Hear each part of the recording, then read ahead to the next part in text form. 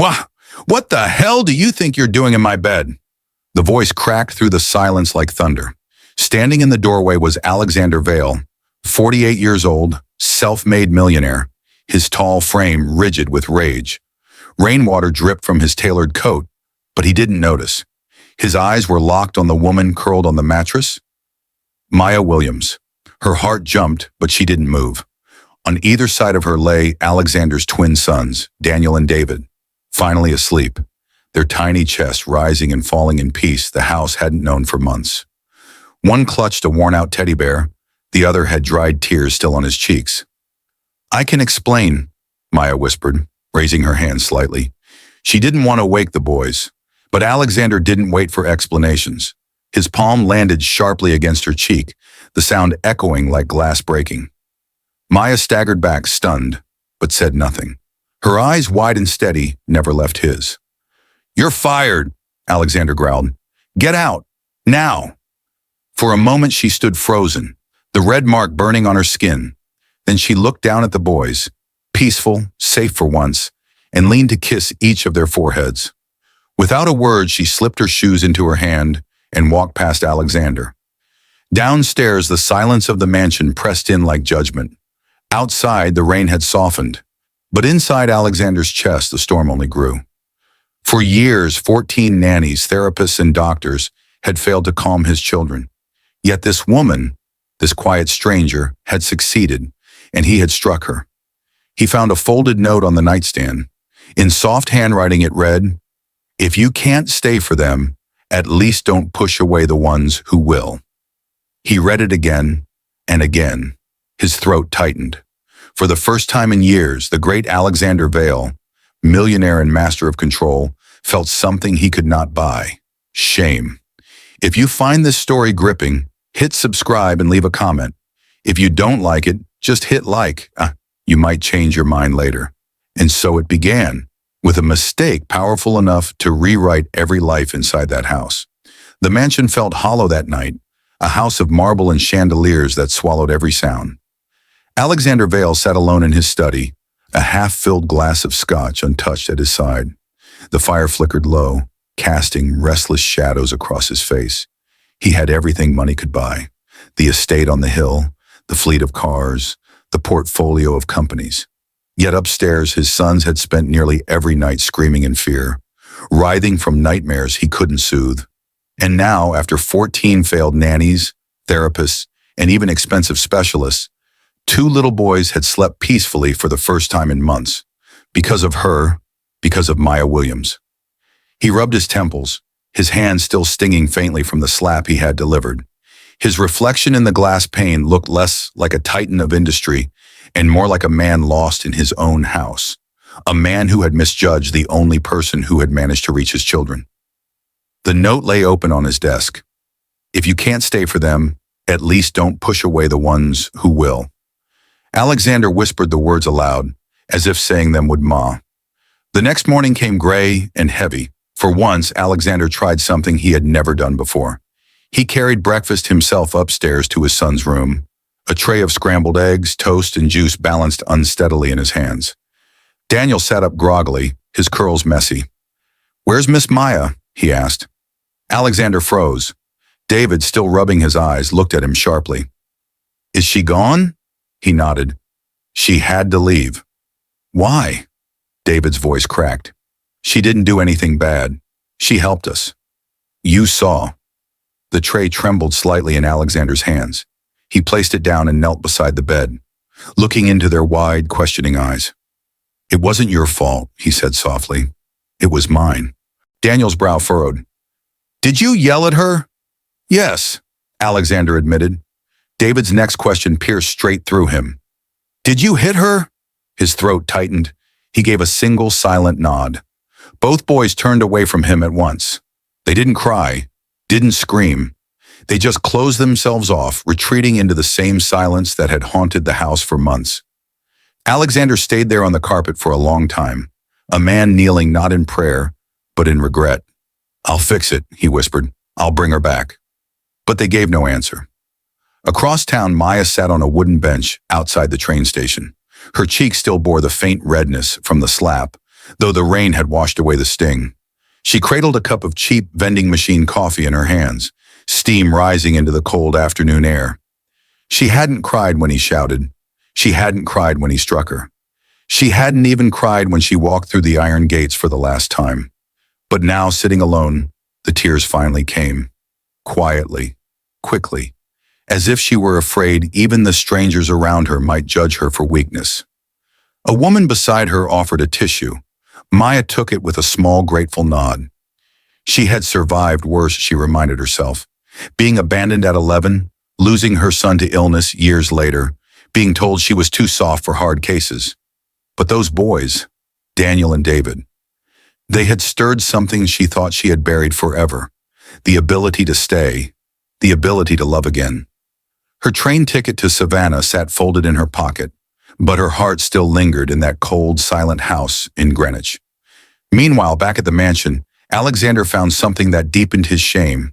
In the twins' playroom, left neatly on a stool, was Maya's sketchbook. Curious, he opened it. The drawings were simple, almost childlike. 2 boys beneath a tree, holding hands, a tall house with too many windows, and in the center, a woman with arms outstretched like wings. Beneath the sketch was a caption, "The one who stays." He closed the book slowly, exhaling as though the weight of his own mistakes had doubled. Downstairs, Mrs. Keller, the housekeeper, met him with a stern gaze. "She didn't touch a thing in your room," she said. "Only brought them in when the little one had a nosebleed. She stayed because they begged her to. Not for herself, for them." Alexander tried to speak, but the words caught in his throat. Keller's eyes softened, but her voice remained firm. "They didn't ask for me. They didn't ask for you. They asked for her." It was then he knew he had to find her. By evening, Alexander had tracked down the return address from the letter she once sent regarding her application. Georgia. It wasn't much, but it was enough. He boarded his jet, his mind churning with guilt and uncertainty. But Maya hadn't gone far. She had decided against the train. Instead, she had walked to the old community center where she once volunteered, teaching writing classes to teenage girls, most of them runaways like she had once been. That afternoon, she sat cross-legged on the floor with them, guiding their hands as they wrote stories of hope, pain, and resilience. Sometimes, as she told them, healing doesn't mean erasing the scars. It means showing the world you survived. Her voice trembled only slightly. Alexander arrived the next day, unannounced. The polished shoes of a millionaire echoed strangely against the old linoleum floors of the community center. He scanned the room until he found her, kneeling by a whiteboard, laughing with the girls as they corrected crooked letters. When she saw him, her laughter stopped. A hush fell. One of the girls stepped protectively in front of her. "It's okay," Maya said gently, resting a hand on the girl's shoulder. Alexander approached, his hands empty. No briefcase, no apology letter, just the raw weight of his actions. "I need to talk to you," he said. They stepped outside to a bench by the bus stop, the same bench where she had sat the night before, coffee cup in hand, hiding her tears. "I was wrong," Alexander said immediately. "I judged you, and I hurt you. That's something I'll regret for the rest of my life." Maya's eyes were tired, steady. "You didn't believe me," she said, "even after your sons trusted me." "I know," he admitted. His voice cracked, low, almost pleading. "I don't want to clear my name. I came because they asked for you. Not a nanny, you." Her eyes softened slightly, but her guard didn't fall. "How are they?" "Quiet," he said, "too quiet." She nodded. "That's not peace. That's a wound closing over without healing." He clasped his hands, bowed his head. "Come back, please." Maya didn't answer right away. Instead, she asked, "If I say yes, will I still be staff?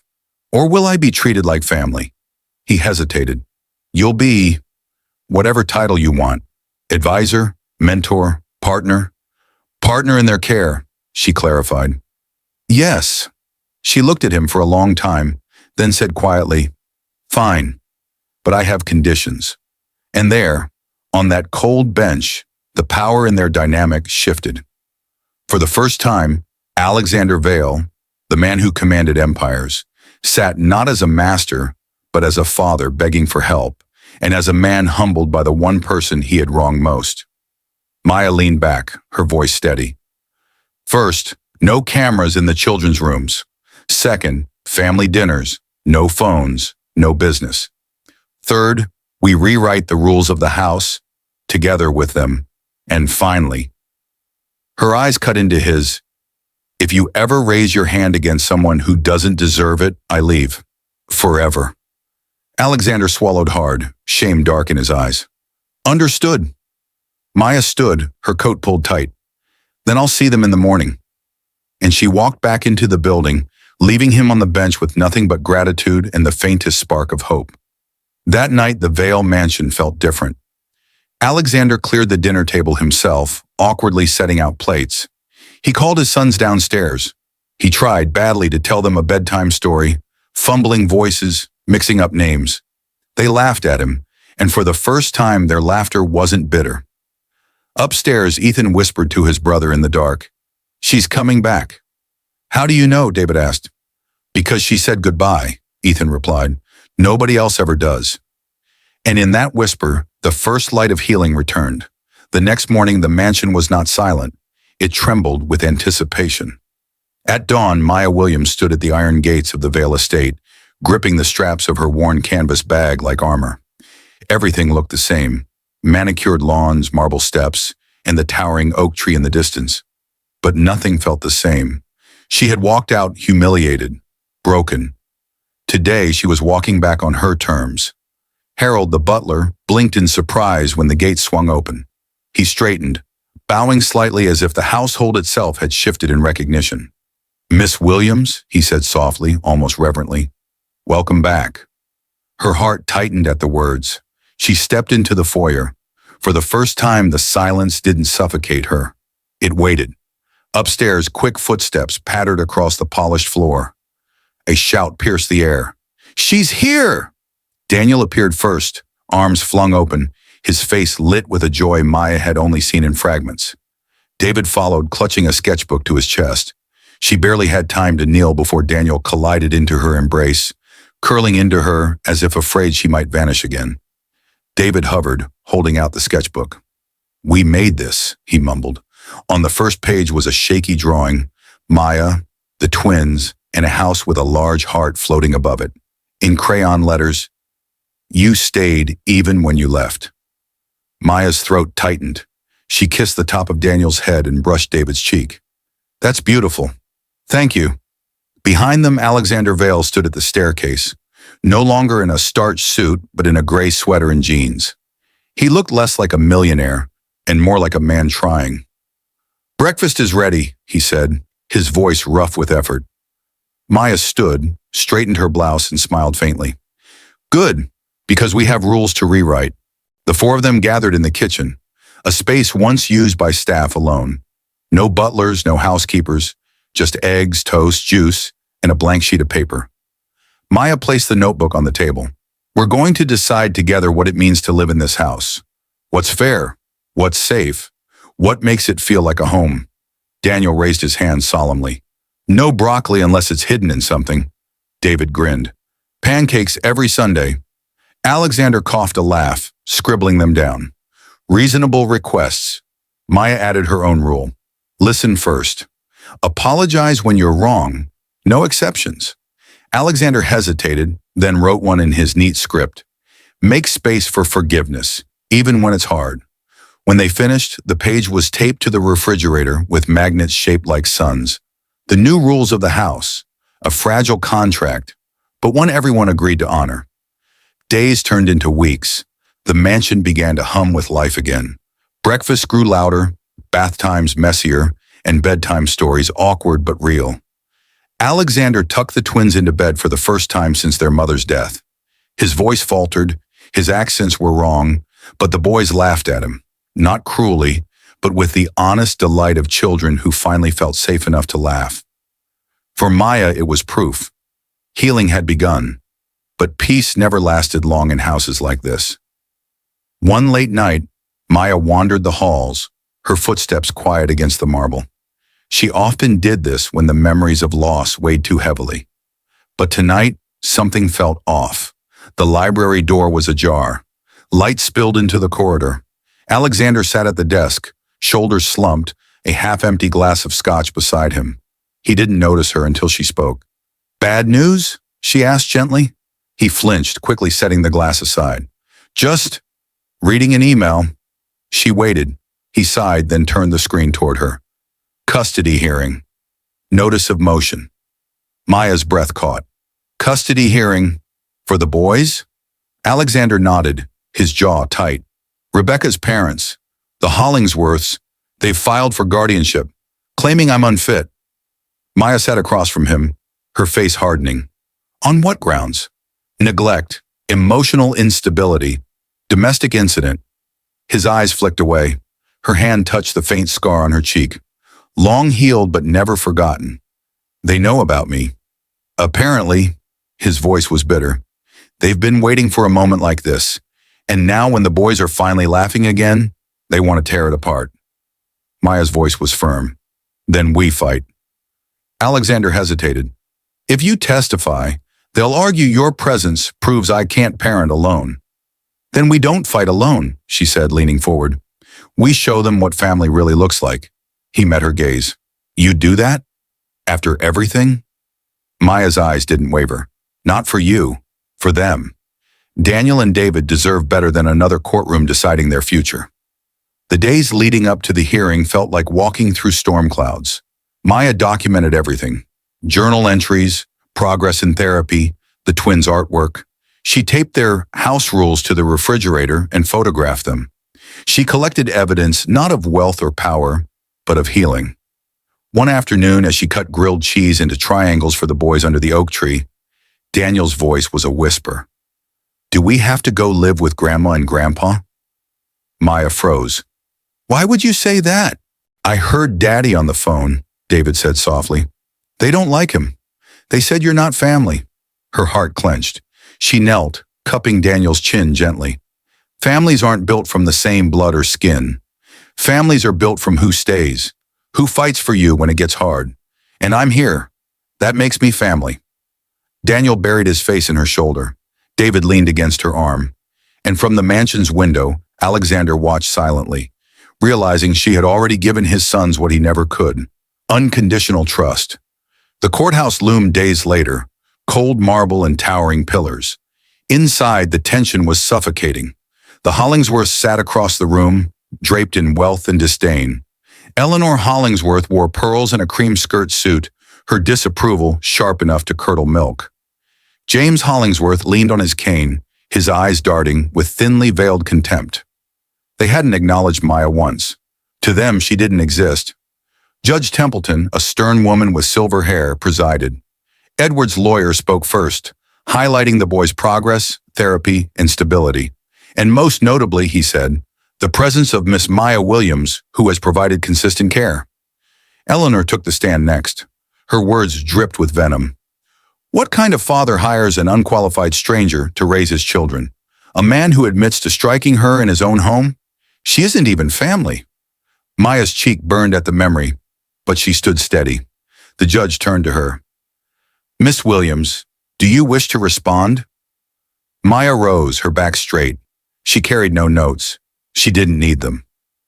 I don't have a degree in child psychology, she began, her voice steady, but I know what it looks like when children stop believing they're safe. When I arrived, Daniel and David didn't laugh. They didn't sleep. They didn't trust. Not their father, not the staff, not even themselves. But little by little, they let me in. Not because I'm special, because I stayed, because I didn't run when it got hard, because I looked them in the eye and said, you matter.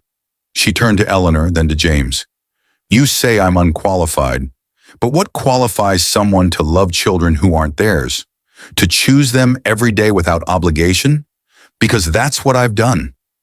The courtroom fell silent. Judge Templeton's eyes softened briefly. Thank you, Miss Williams. Maya returned to her seat. Under the table, Alexander reached for her hand and squeezed it gently. The verdict came hours later. Judge Templeton's voice was calm but firm. This court acknowledges Mr. Vale has made mistakes, but it also recognizes his consistent efforts toward healing. The boys are thriving under his care, in large part due to the support of Miss Williams. Therefore, the petition for guardianship is denied. Gasps rippled through the courtroom. Eleanor rose to protest, but James gripped her wrist. "Let it go," he whispered harshly. Maya sat still, her heart hammering, her face composed. Edward exhaled slowly, the weight lifting from his shoulders. Outside the courthouse in the autumn air, he turned to her. "You saved them again." She shook her head. "Number, you did. You showed up. You stayed." But deep down, both of them knew the truth. Without her, none of this would have been possible. When they returned home, the twins barreled into Maya's arms. "Did we win?" Daniel asked, eyes wide. "We did," she whispered, kissing his forehead. David clutched her waist. "Does that mean you're not leaving?" Maya hugged them both tightly. "I'm exactly where I belong." And for the first time since tragedy had ripped the Vale family apart, the house didn't echo with grief. It hummed with something fragile, but real. The mansion no longer echoed with dread. It breathed. Laughter tumbled down the hallways, meals stretched into conversations, and bedtime was no longer a battlefield. For the first time since Rebecca's death, Alexander Vale's estate felt alive. Yet Maya knew healing wasn't an ending. It was a beginning. One crisp afternoon, she found Alexander in the library, his hands buried in folders. On the desk lay blueprints, not for another corporate building or a new investment, but for something else entirely. "I've been thinking," he said quietly, glancing up at her. "What we built here, what you've built with the boys, maybe it shouldn't stop at these walls." She tilted her head. "What do you mean?" "A center, a sanctuary, for kids like Daniel and David, for kids who've lost something and need someone to stay." He pushed a sketch across the table. "I'll fund it, but I don't want it to be a charity. I want it to be real. You lead the heart. I'll handle the logistics." Maya's breath caught. A center, her name scrawled beside his on the draft proposal. Hawthorne Williams, Center for Healing. "Are you serious?" she whispered. "Deadly serious," Alexander said. "No more blurred lines. Not staff, not temporary. Partner." She stared at him for a long moment before extending her hand. "If we do this, it's on our terms. No media circus, no empty speeches, real work, real kids." He clasped her hand firmly. "Deal." The weeks that followed blurred with activity. Architects toured the east wing of the estate. Volunteers gathered supplies. The twins decorated boxes of art materials, Ethan sketching suns while David sorted brushes. "This is for us too, right?" David asked. "Of course," Maya smiled. "This is your home. You'll help make it a home for others too." The first board meeting didn't take place in a high-rise, but in the sunroom, sunlight pouring over mismatched chairs. Around the table sat Alexander, Maya, and a handful of allies. Dr. Angela Monroe, a retired child therapist, Joseph Kim, a foster program coordinator, and Lionel Pierce, one of Alexander's oldest, most skeptical friends. "So let me get this straight," Lionel said, adjusting his glasses. "You're creating a space that's not a clinic, not a shelter, not a school. Then what is it?" Maya leaned forward. "It's a bridge, a third place, a sanctuary where kids can breathe, connect, and start healing without fear." Angela smiled. "Who staffs it?" "Not just experts," Maya replied. "Survivors, mentors, people who've lived through the fire and can guide others out." Lionel scoffed but wrote something down anyway. "And what happens when scrutiny comes? Because it will." Alexander's voice cut in, calm but firm. "Then we stand by what we've built. Transparency, accountability, but no compromise on the mission." By the end of the meeting, Angela had agreed to advise. Joseph offered outreach support, and Lionel, after a long sigh, agreed to fund 6 months of operations. When they left, Alexander looked at Maya. "You handled that like a CEO," she smirked. "I taught middle school for 3 years. Nothing scares me after that." The Hawthorne Williams Center opened quietly. No press, no ribbon cutting, just children stepping into a place filled with paintbrushes, books, and warm meals. Among the first was Belle Harris, a 16-year-old. "She looks like she could beat up Spider-Man," Daniel whispered to his brother. Maya didn't push Belle. Instead, she found her one evening sketching furiously in the corner. "Mind if I sit?" Maya asked. Belle shrugged. "Free country." Maya sat, pulling out her own notebook, sketching clumsy lines beside her. Minutes passed in silence. Finally, Belle asked, "Why are you even doing this?" "All of it," Maya paused. "Because I used to be the kid no one knew what to do with, and someone chose to stay." Belle glanced at her, just for a second, before turning back to her drawing. But Maya saw it, the flicker of recognition. Slowly, Belle shifted. She stopped cursing at dinner. She joined group hikes, though she trailed at the back. One night she laughed, an unguarded burst, while playing cards with the twins. "She's watching you," Alexander murmured one evening as he and Maya folded linens. "She's suspicious," Maya replied. "No," he said softly. "She's attached. Already." Maya set down the towel, her chest tightening. "And that's dangerous?" Alexander met her eyes. "For her or for you?" Then came the storm. It started as a whisper online. Local Millionaire's foster program under scrutiny. Anonymous sources. Allegations of unqualified staff. A forged placement document suddenly surfaced, claiming Belle had been admitted through improper channels. The agency threatened an audit. Donors hesitated. Reporters gathered at the gates. Alexander was furious. "This is a hit job. Someone wants us destroyed." Maya was quieter, her face pale but resolute. "Then we fight with truth. Not spin, not silence." She gathered the board. "They're targeting Belle because she's the easiest to discredit. If they can unravel her, they can unravel us." Angela frowned. "If an audit proves forgery, the center could be shut down." Lionel muttered, "I warned you." Joseph leaned forward. "Then tell her story first. Don't let them define it." Maya nodded. "But only if she agrees." That evening, she found Belle painting a massive canvas, a bird breaking free of tangled ropes. "They want to send me back, don't they?" Belle said without looking up. Maya swallowed. "Yes, unless we fight."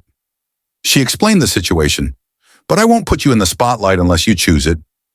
Belle set down her brush, her jaw trembling. "You told me I wasn't too much, that I mattered, so let's show them." She turned, her eyes blazing. "Let them see me." The next day, Maya stood before cameras for the first time. Beside her stood Alexander, Joseph, Angela, and Belle. The teenager stepped to the microphone. Her voice wavered, but only for a moment. "My name is Belle Harris. I've lived in 10 foster homes in 4 years. I've been called unfixable, volatile, dangerous. But here someone stayed, and for the first time, I believed I mattered again." She lifted her chin. "I'm not a case number. I'm not a mistake. I'm a girl who paints birds because I forgot how to fly. And here, I'm learning again." The cameras flashed. Reporters scrambled with questions. But the tide had shifted. Truth had wings. That night, after the press conference aired, the mansion was quiet. The twins slept. Belle sketched in her room, and Alexander poured 2 glasses of water instead of scotch. He handed one to Maya. "You turned a smear campaign into a revolution," he said. She shook her head. "Belle did. She chose to be seen." His eyes lingered on her, softer than she'd ever seen. "So did you."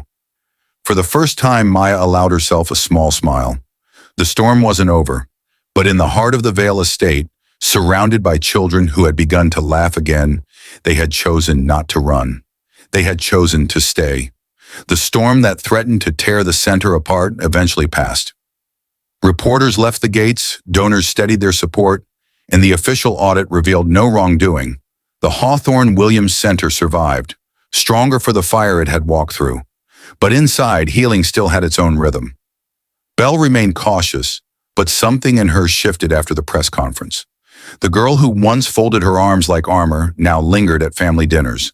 She teased the twins about their messy hair and even helped Alexander braid clumsy pigtails for a costume party. Late one evening, Maya found Belle in the art room, sketching silently. The canvas showed a skyline, windows glowing like lanterns. "You're still awake," Maya said softly. Belle shrugged. "Can't sleep.